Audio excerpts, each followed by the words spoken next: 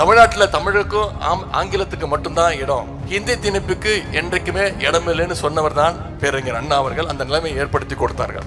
2500 கோடியில் நீங்க 10,000 கோடி கொடுத்தாலும் என்னைக்கோ தமிழ்நாட்டுக்குள்ள நான் புதிய கல்விக் கொள்கையை அனுமதிக்க மாட்டேன், என் தமிழ்நாட்டு மக்கள் மீது அனுமதிக்க மாட்டேன்னு சொல்லி இன்னைக்கு சட்ட போராட்டத்தை நடத்திட்டு இருக்கிறது நம்முடைய தமிழ்நாடு அரசு.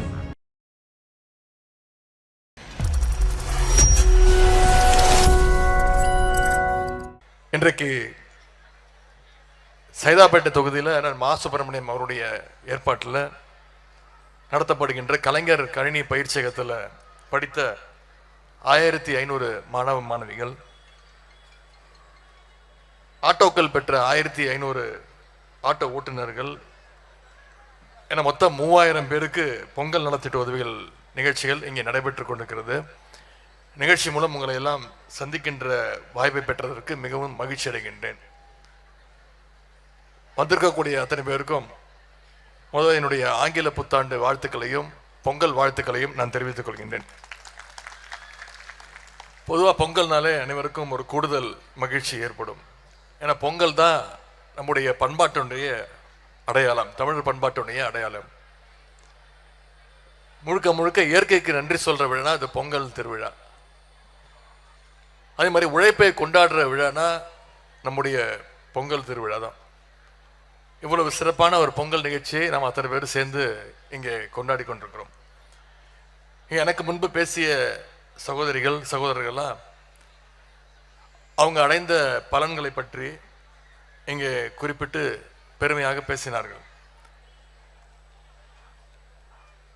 அவங்களுடைய மகிழ்ச்சியையும் அவங்களுடைய உணர்வுகளையும் பார்க்கும்பொழுது இவ்வளவு திட்டங்களை, இவ்வளவு நலத்திட்ட உதவிகளை, கன்னி பயிற்சியாக இருக்கட்டும், ஆட்டோவாக இருக்கட்டும், காராக இருக்கட்டும், அழகு பயிற்சி நிலையத்திற்கான அழகு நிலையத்திற்கான அந்த ட்ரைனிங்காக இருக்கட்டும், இப்படி ஒவ்வொன்றையும் உங்களுடைய சட்டமன்ற உறுப்பினர் மாண்பு அமைச்சர் அண்ணன் மா சுப்பிரமணியன் அவர்கள் இவ்வளவு சிறப்பாக இந்த சைதாப்பேட்டை தொகுதியிலே செய்து கொண்டிருக்கிறார். அதை பார்க்கும்பொழுது என்னுடைய வாக்கு, நான் தங்கி இருப்பது, என்னுடைய இல்லம் இருப்பது மயிலாப்பூர் தொகுதியில். நான் மயிலாப்பூர்லேருந்து தொகுதி மாறி இந்த சைதாப்பேட்டை தொகுதிக்கு வந்துடலாமா அப்படின்ற ஒரு நினைப்பை தருகின்ற அளவுக்கு அண்ணன் மா சுப்பிரமணியன் அவர்கள் இங்கே சிறப்பாக அனைத்தையும் செய்திருக்கின்றார். அதனால தான் இங்கே வந்திருக்க அத்தனை பேரும் மகிழ்ச்சியோடு சிரித்த முகத்தோடு உட்கார்ந்துருக்கிறீங்க. இந்த மகிழ்ச்சி எப்போதுமே தொடரணும். பொங்கல் பண்டிகையை முன்னிட்டு இன்னைக்கு நம்முடைய திராவிட முன்னேற்ற கழகம் இன்னைக்கு இவ்வளவு சிறப்பான நிகழ்ச்சியை சைதாப்பேட்டையில் மட்டுமல்ல, கடந்த 4-5 நாட்களாக தமிழ்நாடு முழுக்க எல்லா இடங்கள்லையும் நாம் கொண்டாடிக்கிட்டு இருக்கிறோம். பொதுமக்களுக்கு நலத்திட்ட உதவிகளை வழங்கிட்டு இருக்கிறோம். திராவிட முன்னேற்ற கழகம் நம்முடைய கட்சியின் சார்பாக, இயக்கத்தின் சார்பாக நிகழ்ச்சி நடத்திட்டு இருந்தாலும் அரசின் சார்பாகவும் தமிழ்நாடு அரசின் சார்பாகவும் இன்னைக்கு பல்வேறு நலத்திட்ட உதவிகளை வழங்கியிருக்கின்றோம். அது பொங்கலை முன்னிட்டு நம்முடைய முதலமைச்சர் அவர்கள் பல்வேறு திட்டங்களை, இனிப்பான செய்திகளை, மகிழ்ச்சியான செய்திகளை வழங்கியிருக்கின்றார். குறிப்பாக சென்ற மாதம் வரைக்கும் கலைஞர் மகளிர் உரிமை தொகை திட்டத்தில் 1,13,00,000 மகளிர் பயன்பெற்று இருந்தாங்க. இந்த ஜனவரி மாதத்திலிருந்து அது உயர்த்தப்பட்டு இன்னைக்கு ஒவ்வொரு மாசமும் 1,30,00,000 மகளிருக்கு மாசம் 1000 ரூபாய் கலைஞர் மகளிர் உரிமை தொகையை நம்முடைய முதலமைச்சர் அவர்கள் வழங்கியிருக்கின்றார். அது மட்டுமல்ல, சில நாட்களுக்கு முன்பு 10 லட்சம் கல்லூரி மாணவ மாணவிகளுக்கு லேப்டாப் வழங்குகின்ற திட்டத்தையும் நம்முடைய முதலமைச்சர் அவர்கள் துவங்கி வச்சிருக்கிறாங்க. இறுதியாண்டு படிக்கக்கூடிய மாணவர்கள் அத்தனை பேருக்கும் இலவச லேப்டாப் திட்டத்தை துவக்கி வச்சிருக்கிறாங்க.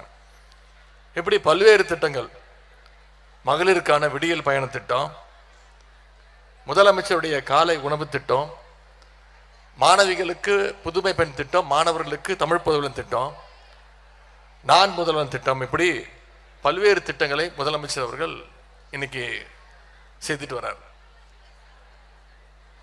இதையெல்லாம் விட கூடுதல் மகிழ்ச்சியாக இந்த வருஷம் பொங்கலுக்காக நம்முடைய முதலமைச்சர் அவர்கள் தமிழ்நாட்டில் இருக்கக்கூடிய அனைத்து குடும்பங்களுக்கும், அனைத்து ரேஷன் அட்டைகளுக்கும் 3000 ரூபாய் ரொக்க தொகையை பொங்கல் பரிசோடு சேர்த்து கொடுத்திருக்கிறார்.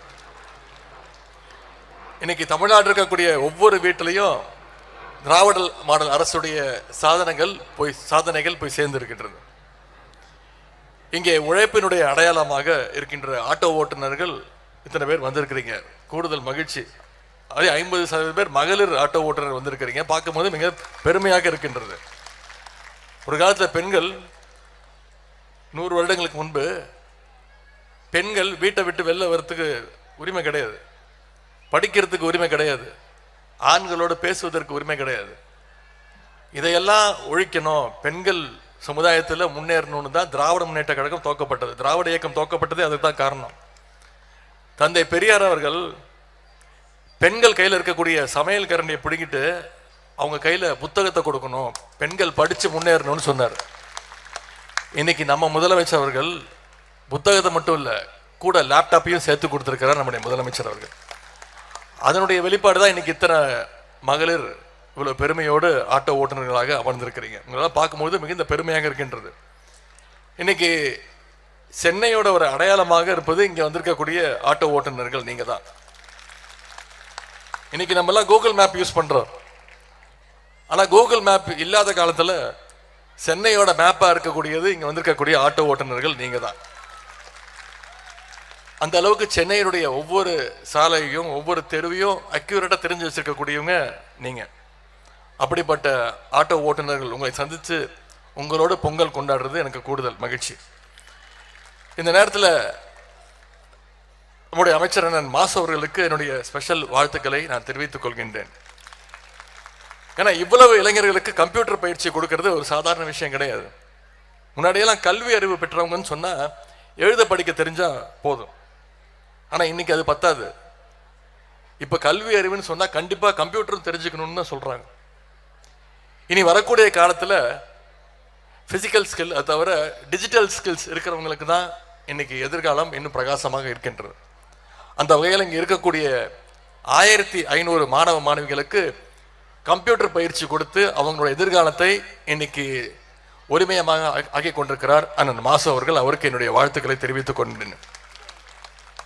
ஒரு காலத்தில் நம்முடைய இளைஞர்களுக்கு தகுதி திறமை கிடையாதுன்னு ஒதுக்கி வச்சாங்க.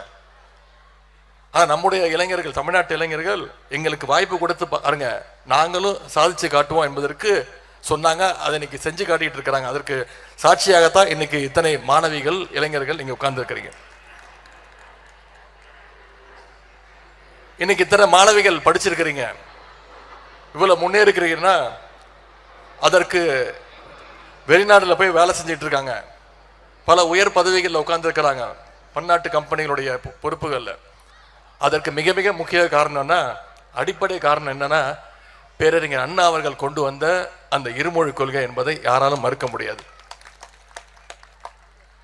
தமிழ்நாட்டில் தமிழுக்கும் ஆங்கிலத்துக்கு மட்டும்தான் இடம், ஹிந்தி திணிப்புக்கு என்றைக்குமே இடம் இல்லைன்னு சொன்னவர் தான் பேரறிஞர் அண்ணா அவர்கள். அந்த நிலைமையை ஏற்படுத்தி கொடுத்தார்கள். அப்படி இருமொழி கொள்கை மூலமா முன்னேற நம்மள இன்னைக்கு ஒரு குரூப் திட்டம் போட்டு ஒன்றிய பாஜக அரசு இன்னைக்கு மீண்டும் மும்மொழி திட்டத்தை கொண்டு வந்து ஹிந்திய மீண்டும் நம்ம மேல திணிக்கிறதுக்கான முயற்சியில் ஈடுபட்டிருக்கிறாங்க. அதற்காக கொண்டு வரப்பட்டதுதான் நியூ எஜுகேஷன் பாலிசி, புதிய கல்விக் கொள்கை திட்டம். இந்த புதிய கல்விக் கொள்கை திட்டத்தை கொண்டு வந்தப்போ எல்லா மாநிலங்களும் ஏத்துக்குச்சு. ஆனா நம்முடைய முதலமைச்சர் மட்டும் ஏத்துக்க மாட்டேன்ட்டார். ஏன்னா இந்த புதிய கல்விக் கொள்கையில திருப்பி எப்படியாவது இந்திய தமிழ்நாட்டுக்குள்ள திணிக்கணுங்கிற முயற்சியில் ஈடுபட்டு இருக்கிறாங்க. மீண்டும் சமஸ்கிருத மொழியை தமிழ்நாட்டுக்குள்ள எப்படியாவது திணிக்கணும்னு அந்த புதிய கல்விக் கொள்கையில அந்த அம்சங்கள் இருக்கு. மீண்டும் குலக்கல்வி திட்டத்தை எப்படியாவது தமிழ்நாட்டுக்குள்ள திணிக்கணும்னு புதிய கல்விக் கொள்கையை ஏத்துக்க சொல்றாங்க. ஒன்றிய அரசு நம்ம கட்டியிருக்கக்கூடிய வரி பணத்தை பிரிச்சு நமக்கு கொடுக்கணும். கல்வி நிதியா மட்டும் தமிழ்நாட்டுக்கு ஒவ்வொரு வருஷமும் 2500 கோடி கொடுக்கணும். ஒன்றிய அரசு பிரிச்சு கொடுக்கணும், ஒன்றிய பாஜக அரசு பிரிச்சு கொடுக்கணும். ஆனா தமிழ்நாட்டுக்கு மட்டும் சென்ற வருடத்துக்கு கொடுக்கல.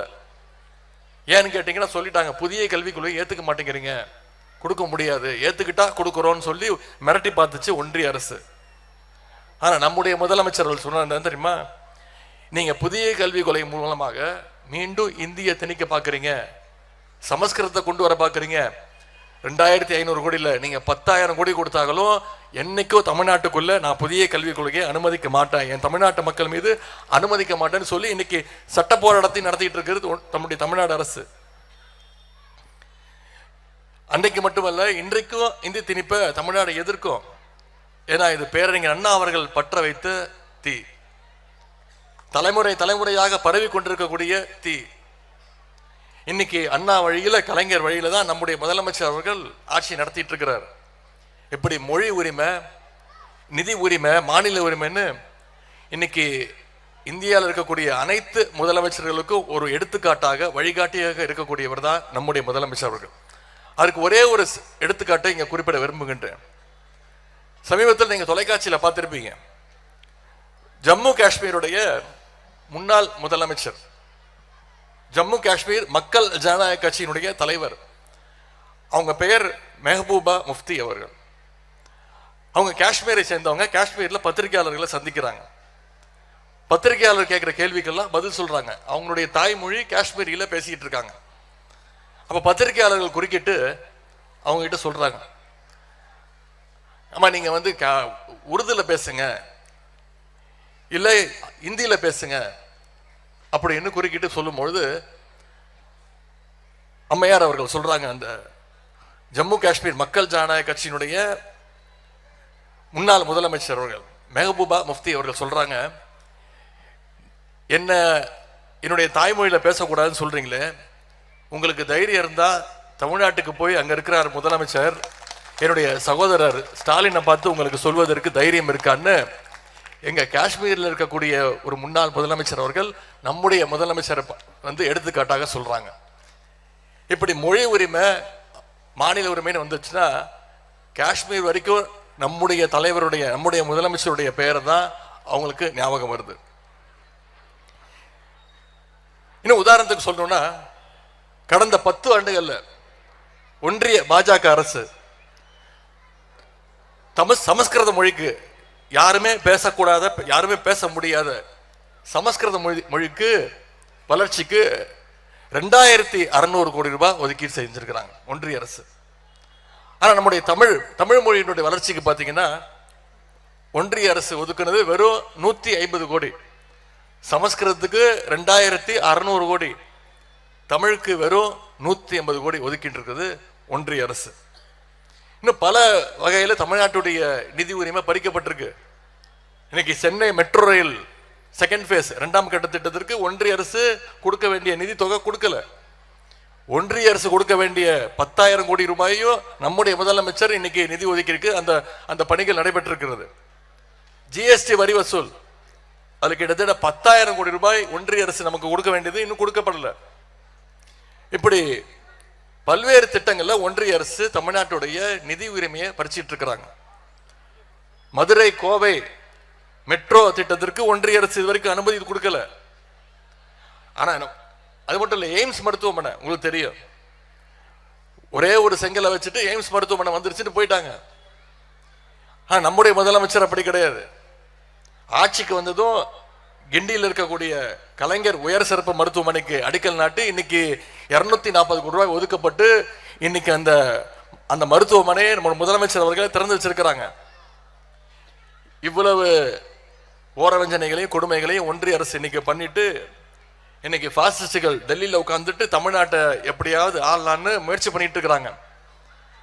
அதற்கு பழைய அடிமைகளும் அவங்களோட சேர்ந்து இன்னைக்கு புது அடிமைகளும் சேருவதற்கான வாய்ப்பு இருக்கு. எத்தனை பேரை கூட்டிட்டு வந்தாலும் தமிழ்நாட்டு மக்கள் என்னைக்கும் நம்முடைய திராவிட முன்னேற்ற கழகத்தையும் நம்முடைய முதலமைச்சர் அவர்களை தான் மீண்டும் முதலமைச்சராக தேர்ந்தெடுப்பாங்க. அதை எப்படியாவது தடுக்கணும்னு தான் எஸ்ஐஆர் திட்டத்தை கொண்டு வந்தாங்க. அதை முதல்ல இருந்து எதிர்த்தது திராவிட முன்னேற்ற கழகம், நம்முடைய தலைவர் தான். இன்னைக்கு பாத்தீங்கன்னா இந்த எஸ்ஐஆர் திட்டத்தின் மூலமா, ஸ்பெஷல் இன்டென்சிவ் ரிவிஷன் மூலமாக தமிழ்நாட்டில் 97 லட்சம் வாக்காளர்களை நீக்கி இருக்கிறாங்க. இந்த 97 லட்சத்து வாக்காளர்கள் முக்கியமானவங்க, பெரும்பான்மை யாரும் பார்த்தீங்கன்னா மகளிருடைய வாக்குகள், சிறுபான்மை மக்களுடைய வாக்குகள். ஏன்னா அவங்களுக்கு தெரியும் நிச்சயம் மகளிரும் சிறுபான்மையினரும் பாஜகவுக்கும் அடிமைகளுக்கும் வாக்களிக்க மாட்டாங்க அப்படின்னு திட்டம் போட்டு 97 லட்சம் வாக்காளர்களை நீக்கி இருக்கிறாங்க. சென்னையில மட்டும் 14 லட்சம் வாக்காளர்களை நீக்கி இருக்குது ஒன்றிய அரசு, எலெக்ஷன் கமிஷன். இங்க வந்திருக்கக்கூடிய உங்ககிட்ட நான் உரிமையோடு கேட்டுக்கொள்வது, நீங்க ஒவ்வொருத்தரும் உங்களுடைய பெயர் வரைவு வாக்காளர் பட்டியல்ல இடம்பெற்றிருக்கா? உங்க பெயர் மட்டுமல்ல, உங்களுக்கு தெரிஞ்சவங்க, உங்க குடும்பத்தினர், உங்களுடைய நண்பர்கள், அவங்களுடைய பெயர்கள்லாம் இடம்பெற்றிருக்கான்னு தயவு செய்து போய் சரி பாருங்க. வருகின்ற 18ஆம் தேதி வரைக்கும் நமக்கு நேரம் இருக்கு, டைம் இருக்கு நம்முடைய பெயர்களை சேர்ப்பதற்கு.